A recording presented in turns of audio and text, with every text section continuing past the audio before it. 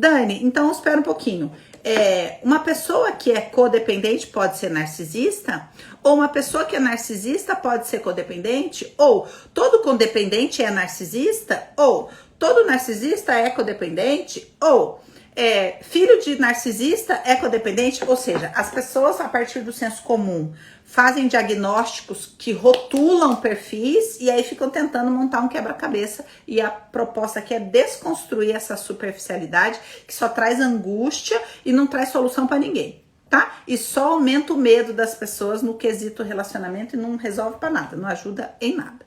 Então vamos partir do começo. A primeira ideia que se tem da teoria aí é que o codependente e o narcisista são perfis opostos, tá? Então que um codependente não pode ser narcisista. O defensor dessa teoria se chama Ross Rosenberg e ele baseia o seu argumento dizendo que por que os dois são perfis complementares e que não pode um perfil não pode ser o outro. Ele vai dizer que porque o codependente tem todo o seu investimento libidinal para o outro e o narcisista tem todo o seu investimento libidinal para si mesmo. Então, partindo do olhar dele, são investimentos opostos. Então, se uma pessoa é codependente e tem todo o investimento no outro, ele não tem como ser narcisista, tá? Esse é um primeiro olhar, tem muitos teóricos que concordam com esse primeiro olhar. Mas existem outros inúmeros teóricos que vão se aprofundar nisso e é para esse lugar mais profundo que eu quero levar vocês. Vamos voltar vocês para ver se tá mais ou menos, se tá dando para começar. Vai ficar gravado, você assiste de novo, tem gente que nunca ouviu nada disso, mas eu quero ver se tá dando para vocês entenderem um pouquinho. Se der bem pouquinho já tá bom. Tá indo. Ai, que bom. Se tá indo, tá ótimo. Então, se tá indo, tá ótimo. Tá, deixa eu tirar. Eu tenho tanto papel aqui. Cheguei. Sim. Sim, oba, tá todo mundo entendendo. Muito bem. Então, esse olhar, seguimos. Esse olhar vai dizer o quê? Que o codependente, ele toma para si o problema dos outros e o narcisista projeta os seus problemas no outro. Então, são dois perfis opostos e pronto. E por serem opostos, são complementares. E aí o Ross tem um livro chamado... Será que é The Human Iman, talvez? Não lembro agora. O meu é em espanhol, então não sei. Mas não tem em português, tem em inglês, tem em espanhol. O meu é em espanhol e eu não sei exatamente. Mas a tradução é a teoria do imã humano. E nessa teoria, ele fala desses dois perfis complementares que se atraem mutuamente por conta das questões internas, tá? Que eu não vou me aprofundar aqui, senão eu não posso falar. Não tem foto do livro aqui, que o meu é no Kindle. Então, eu não vou me aprofundar nessa questão dos perfis, mas essa é a argumentação dele, tá? O que eu quero chegar é num lugar mais profundo, então eu vou pegar aqui um gráfico que eu fiz para mostrar para vocês entenderem uma coisa sensacional. A partir da própria teoria dele. E para vocês entenderem muitas coisas aqui, tá?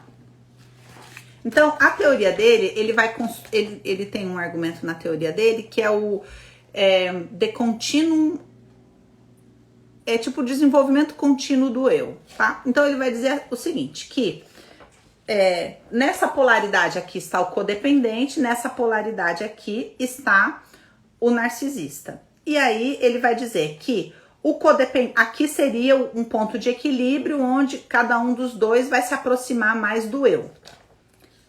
Deixa eu tirar vocês de novo aqui, para todo mundo poder ver. Vai se aproximar mais de um equilíbrio de si mesmo, tá? Isso aqui não é para todo mundo, isso aqui é para esse quadro, tá? Então, nessa polaridade ficaria o codependente, nessa polaridade o narcisista. A questão que eu quero que vocês compreendam é que existe um platô de desenvolvimento, ou seja, o que o próprio Ross vai desenvolver na teoria dele, baseado na teoria do apego. Ele vai dizer que o narcisista, ele, no seu desenvolvimento, baseado na teoria do apego, ele vai ter pouco investimento, pouca nutrição emocional. Então, no momento em que ele está passando por essa fase que Freud vai chamar de narcisismo primário, transicionando para o narcisismo secundário, não se preocupe que eu vou explicar isso numa aula bem detalhada no curso, tá? Aqui é só uma pincelada. Quando tá havendo essa transição, o narcisista, ele não tem a nutrição e a troca necessária com o outro para que ele possa desenvolver o investimento libidinal nele no outro. Então veja que quando a gente está construindo o narcisismo, é esse platô de onde eu começo a pegar a minha libido, a minha energia e começo a direcionar ela para algum lugar. No início desse processo de vinculação, teoria do apego, eu preciso desse outro com um olhar atento para mim, para que com essa troca eu consiga desenvolver, é como se fosse desenvolver uns fios que podem se conectar no outro. Porque, a princípio, toda essa libido está em mim, certo?